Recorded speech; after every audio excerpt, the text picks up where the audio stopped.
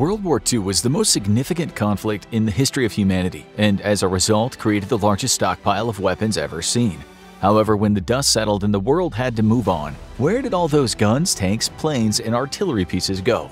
For the most part, the vast majority of this equipment continued to see service in conflicts during the Cold War. But as time went on and more advanced weapons were developed, these old pieces of equipment were placed in storage, being replaced by their modern variants on the battlefield. But as history has shown, every now and again these weapons will be pressed back into service, and still, even in the year 2022, there are several conflicts where these weapons are still used in combat. The first and most obvious one is the current war in Ukraine. Regardless of the conflict's politics, one cannot deny that both sides are throwing everything they have into it. But with the massive casualties and mobilization on both sides, there aren't enough modern weapons to go around, especially for Ukraine. After the invasion, the Ukrainian government scrambled to arm its citizens as fast as possible, while the frontline units and reservists got the more modern weapons like the AK-74 and AK-47 rifles. The citizen militias that volunteered to fight with little to no training mostly got issued older weapons from their World War II stockpiles. As far as handguns are concerned, most troops far from the front lines are issued with the TT-30 pistol. Chambered in 7.62 by 25 Tokarev, this venerable pistol saw frontline service in the hands of the Soviet forces throughout the entirety of the Second World War and beyond.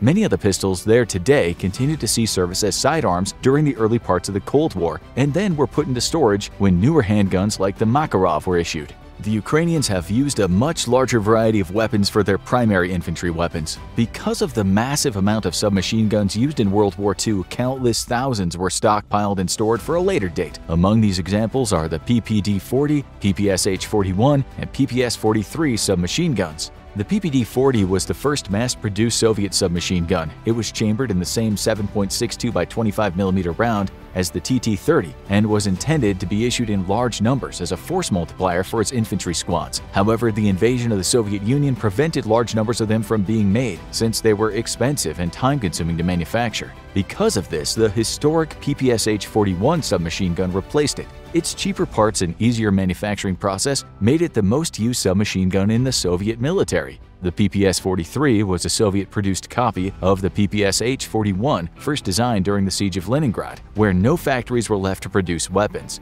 This design was similar to the PPSH but stripped it down to its absolute bare minimum to save on production costs. All three submachine guns have been used in Ukraine since 2014, and the 2022 invasion only increased their use. Russian separatist troops have also used the PPSH-41 extensively. Ukrainian and separatist forces have also used the many Mosin Nagant rifles. The M9130 Mosin Nagant was the standard issue rifle of the Red Army during World War II. Though its use as a standard infantry rifle has phased out, both sides have utilized the scoped version as cheap and efficient sniping force multipliers. With the fighting leaving most urban areas now, sniping has become even more prevalent, with long-range engagements becoming commonplace. The Ukrainians have also issued their reserves SVT-40 rifles. The SVT-40 was the first gas-operated semi-automatic rifle mass-produced by the Soviets in World War II. It was a fantastic rifle that won praises of its users, and the Red Army could never get enough of them. It was so good that when the Germans captured them, they issued them to their own troops and used them as the basis to produce the G43 rifle. While Ukraine does have about 12,000 of these rifles, we have seen no proof that they've been issued to troops on the front lines. It's likely they've been issued to reserve and police units, just like the TT-30. However, a World War II machine gun that has seen plenty of action is the M1910-30 Maxim heavy machine gun.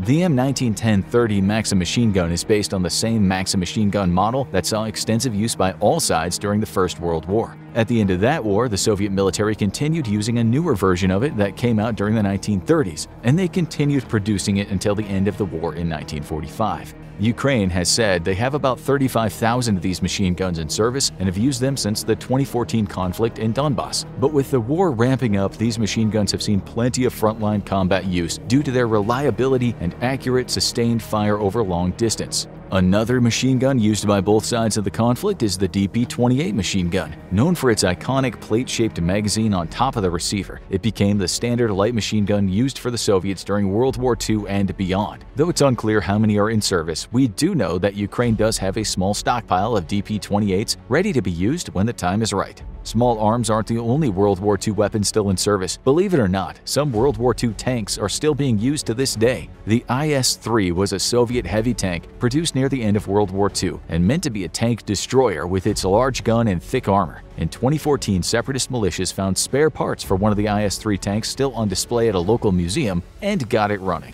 While this was several years ago, there are likely more examples of World War II tanks still being used in combat, and with the enormous amounts of tanks being destroyed each day, both sides are bringing more and more out of storage. So who knows, there could be more out there today that just haven't been captured on film.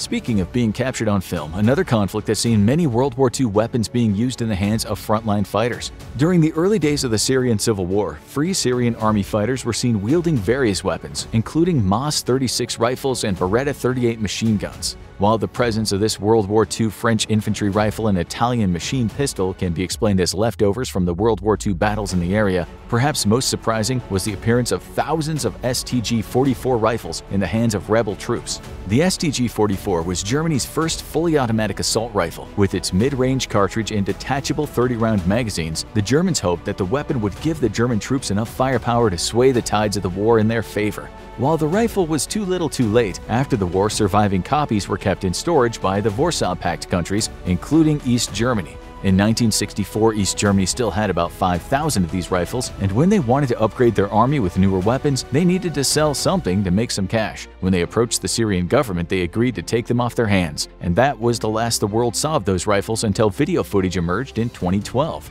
It turns out that the rebels found shipping containers holding thousands of these rifles and tens of thousands of rounds of ammunition. While it's been a long time, more than likely at least a few of those rifles are still in rebel hands today, battling government forces in the country's north. Another Middle Eastern country that has seen widespread use of World War II infantry weapons is the rebels in Libya.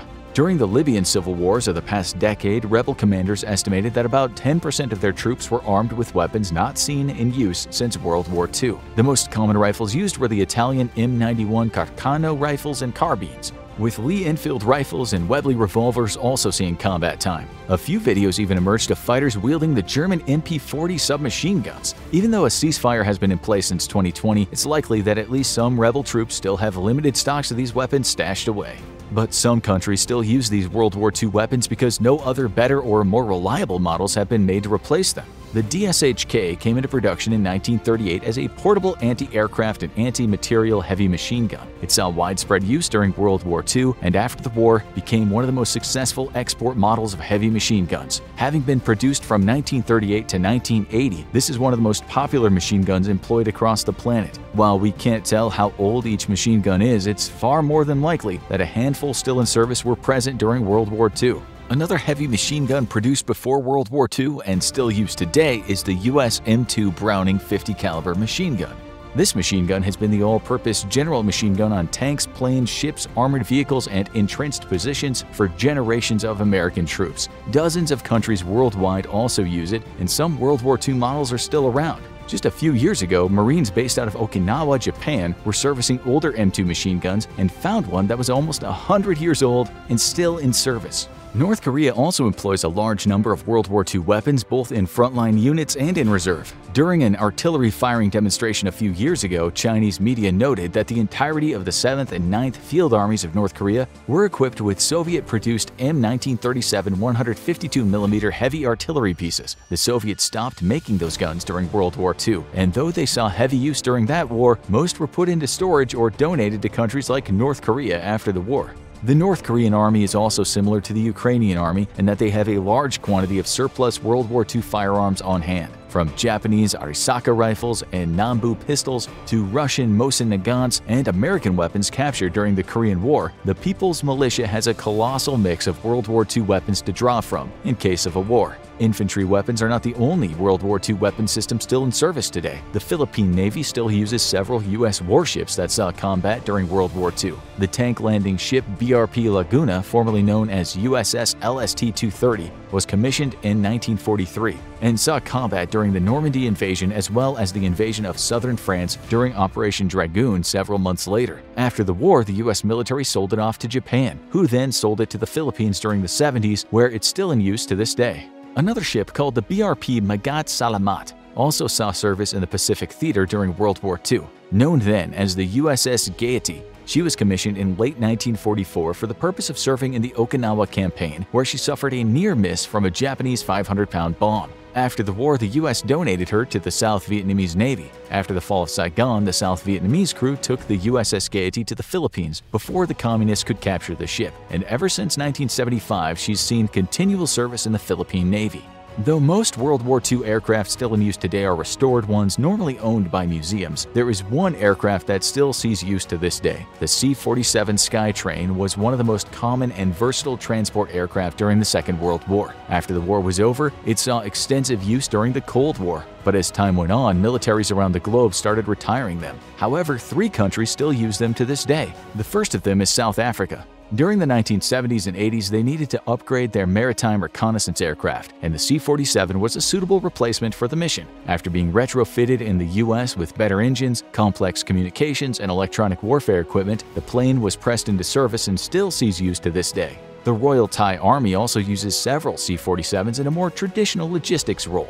The Colombian Air Force also has about 6 C-47s in its inventory, and these are the most interesting of the bunch. The Colombians have converted all of their C-47 aircraft into mobile gunships, adding several 50-caliber miniguns. These aircraft rain death from above onto the insurgents the country still fights. While the Colombians upgraded the planes with newer engines and equipment, the airframes are all from World War II, including one that dropped American paratroopers into Normandy on D-Day. Check out the Battle of the Bulge or click this other video instead.